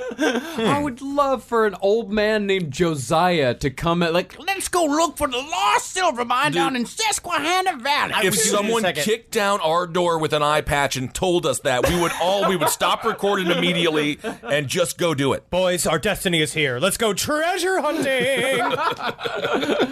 So they went down to Harmony, Pennsylvania, and boarded with a man named Isaac Hale, who at first Isaac Hale was into it. He helped finance the expedition, but Isaac Hale pretty soon saw through Joseph Smith's bullshit and got disillusioned with the whole thing. But this chapter of Joseph Smith's life is really only important for the inclusion of Isaac Hale's daughter, Emma Hale, who would become Joseph Smith's wife, or at least his first wife. Okay. Now, at first, Emma scorned Joseph as a, quote, careless young man. He's careless, and I hate him. I hate his style. But And she thought he was, quote, very saucy. very saucy, which means cap, slit. It just means a man whose hat is slightly to the left, like a little tilted, which means he likes to eat ass. Ooh, saucy. But encouraged by the old coot Josiah, Joseph kept courting Emma, and eventually Joseph won Emma's heart. Dude, because she couldn't stand all the dudes she was around, and Joseph Smith blew her mind. It was the first time she met a person that was charming. Yeah. And so he rolled in, and he's a flim-flam man at the height of his young powers. Like, Right. before you would become the pious, because that's when, now he's in more of his trickster phase, whereas he would slowly, gradually, truly turn into Paul Dano, the quiet, unassuming prophet that only knows, who's burdened by his truths. At that time, she meets this young dude who's fucking full of vinegar. Is Paul Dano your MCM, your Man Crush Monday? No, it's the example of that, because that's what it is. It's this fainting. Paul Dano from There Will Be Of course. Blood. No, Yes. I know. So it's him, like, it's all about how, like, it's all a burden. His Yes. visions are a burden. Yeah. And, he was riding high at this point, but he took it a little bit too far down there. And before he could get married to Emma, Joseph was arrested for the first, but certainly not the last time, for being a disorderly person and an imposter. Can I get arrested for that? I think all I'm of us really, are- really afraid of that. Yeah. If you become a treasure hunter and start telling people that you could find treasure on their land, I don't know. and they pay you for that, then yes, you could. Honestly, if Henry moves out to the Midwest, he would, because when we were on our Midwest tour, which was amazing, for some reason, you aggravated everyone. And it was people got people just not our fans. No, not our fans. No. No, just random people were just like looking at you like you're not from here. And you saw me. You know I was being good. I was on really good you behavior. were being fine. I mean, it was just they just like had a reaction. No, it happens. That's why I'm never going back to Texas, because that's the reaction people have me in Texas. Well, we'll be going back to Texas fairly soon. That's why I'm never going to live in Texas ever again. No. We're definitely going to be going back and doing shows in Texas, but that's why I don't live it. That's why I left Texas. But you can't get arrested just for having imposter syndrome. That's what I'm asking. Rough Stone Rolling mentions none of this shit. They don't talk about Joseph's time getting arrested or anything like that. They actually say that Joseph met his wife while he was attending school in southern New York. quote, at school. But either way, the arrest and conviction was enough to scare Joseph out of the money-digging business. He's like, I'm done with it. I'm not doing it anymore. Because pretty soon after that, he renounced the practice and eloped with Emma, much to Emma's father's dismay. It was also part of the reason why he was allowed to elope to Emma, because he said, like, I'm out. Well, no, he wasn't allowed, because the father did not know at all. The father had they just disappeared one night and went back up to New York. And when they returned to pick up some of Emma's furniture and livestock 8 months later, Isaac Hale met them in tears. And according to the driver that brought Emma and Joseph to Pennsylvania, Isaac Hale said, quote, "You have stolen my daughter and married her. I had much rather have followed her to the grave. You spent your time in digging for money, pretend to see in a stone, and thus try to deceive people." So you approve of the marriage then? You're happy with it all? Or? I just wish you'd teach me how to wear a cap so jauntily so people would like me. And according to the driver, Joseph responded by weeping and acknowledging that he could not now, nor could he ever see with a seeing stone, and that every pretension he had to seeing treasure or anything else was a total lie. Was her father Dr. Phil? He straight up broke him. But I'll tell you what, Mr. Hale. After what you just told me, I'm a changed man. I'm a changed man. That's enough flimflammery for me. Oh, yeah. That's enough chicanery. I heard. For Joseph Smith. That's right. Oh, from now on, I'll lead a clean, pure life of just making sweet rockin' love to your daughter. Okay, could have done without that last part, Joe. Well, Joseph told Isaac Hale, it's like, yes, I have renounced money digging. I am now going to be a farmer. I'm legit. He's going legit. I'm Okay. legit. I'm going to come work. I'm going to till the land. All right. And he did indeed give up money digging after that. Sure. What, was he really going to become a fucking farmer? Because that sort of life was never going to work for Joseph Smith. And I totally get it. Just because you're a farmer's son doesn't mean you're cut out for farming. I could never be a rancher. Henry could never be a cop. You could never be a truck driver. I could be a truck driver. You could be a truck driver. I take that back. Thank you. But the problem here is that it's hard to say exactly what Joseph decided to become instead. Some say that he decided to become a storyteller, and eventually those stories just got out of hand. How does a story just get out of hand? Like a slinky falling out. Like I'd be like, oh, this one just got out of hand again. It does. No fault of my own. It's just out of hand. No, it's kind of like Dennis Nilsson, where that, like, all of the killing the dudes just kind of, it's just like, one day I was just, like, doing it all the time and not stop doing it, not stop lying, not stop counting people. And then the next thing you know, I'm in charge of an entire religion. This is out of hand. This is out of hand. Others claim that Joseph Smith decided to be an even bigger charlatan than he was before, and he started weaving stories of increasing complexity in order to manipulate people into giving him their money, their land, and eventually their wives under the guise of religion. But if you listen to the Mormons, it's at this point that the revelations that Joseph Smith had experienced years before finally began to bear fruit. For on September 21st, 1827, Mormons believe that Joseph Smith was finally able to bring the golden plates home. And the key is you can only bring one plate. So you just got to get all the biscuits at a bottom. Yeah. You put some ham like on top of the biscuits. Then you want to get some softer food. You get your mac and cheese on top of that. Oh, yeah, why not? And then a little bit more softer food. You get some cottage cheese on top of that. And then a little bit more softer food than that. You get some fruit on top of that. That's a great Mormon tower of food. Yeah. And it was from these golden plates that Joseph Smith was able to transcribe the Book of Mormon. And that's where we'll pick back up for Mormonism Part 2. Man, we aren't even at the Book of Mormon yet. This is great. That's where we're going to start next week. We're going to start with the Book of Mormon, the story of the two races that warred against one another in America, and how Jesus fits into it all. The incredibly ornate belief system of Mormonism. Yeah. How if you look at that in between the rituals, just literally the initiation rituals and all the various things that they talk about, where we're going to see he stole so much stuff from Freemasonry and other occult worlds. It's very, very interesting. Cobbled together through various other places, and also just his own improv skills and his own storytelling skills. Very interesting. Yeah, I mean, even the story of like the warring races, like he took that from. It's all taken from somewhere. He just improvs and he adds on to it. You say taken, I say inspired. Inspired by, sure. It really got, there's plenty of authors that are inspired by real life events and inspired by folk tales and folk stories, and that's what Joseph Smith did. Yes, absolutely. The entire series of Stranger Things is basically inspired by Spielberg. Every Spielberg movie. Inspired by. Yeah, I mean, that's totally stolen. Influence, yes. All right, there it is. Mormonism Part 1. Super fascinating. Thank you all so much for listening, and we are super excited to see you this weekend. We are in Atlantic City on Friday night, Bethlehem, Pennsylvania on Saturday, and Port Chester on Sunday. We have, because this tour is, as Henry calls it, Gallagher 2, we have some tickets available. We have tickets. Remember, Port Chester is 35 minutes outside of New York City. If you hop on the metro and come up, I understand. No. Is it an exotic locale?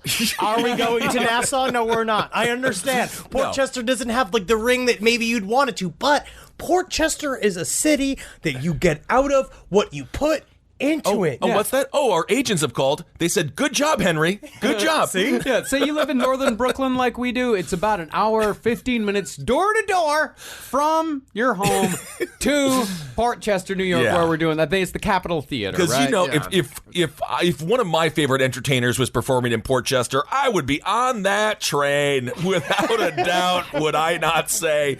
I live in New York already. Yeah. But no, I would be there. So come on out and see us in Port Chester. It really will be a super fun show. And as always, it's exciting to see you guys. We love our people. We love our people. And honestly, you guys were so sweet. The Midwest tour could not have been better. St. Paul, Des Moines, and Milwaukee. And thanks for everyone who stayed around in Milwaukee for the Hail Yourself premiere. That really meant a lot to me. Super sweet. And the Pabst Theater was a true dream come true. It was wonderful. Really awesome. And apparently it's extremely haunted, but with nice ghosts. Also, for our UK and European tour, Yes. we still have some tickets left, I believe, in Bristol. And I believe we have some tickets left in Manchester. Ooh. But everything else is pretty much sold out. Yeah, I think we might be releasing some tickets here soon. Yes. Just a couple, not very many. So Yeah. go follow us on all the social bullshit. We'll announce on either Twitter or Instagram or something when those tickets are released. We also have some more at later LP year on the left. That's where we are. Yes, and we have more. We have more dates upcoming that are about to be released. Yes. And I think that you guys are going to be very happy with them because we're going some places that people have been asking us to go to for many years. Yes. Many years. Yes. And of course, we've wanted to go to those places, but we finally have the opportunity. So thank you all so much for listening. Thanks for supporting all the shows here on the Last Podcast Network. And folks, do never forget, hail yourselves. Hail Satan! Yogin. Magustalations. Hail me! Let's go eat a bunch of food off those golden plates. It all tastes like blood. This show is made possible by listeners like you. Thanks to our ad sponsors, you can support our shows by supporting them. For more shows like the one you just listened to, go to lastpodcastnetwork.com.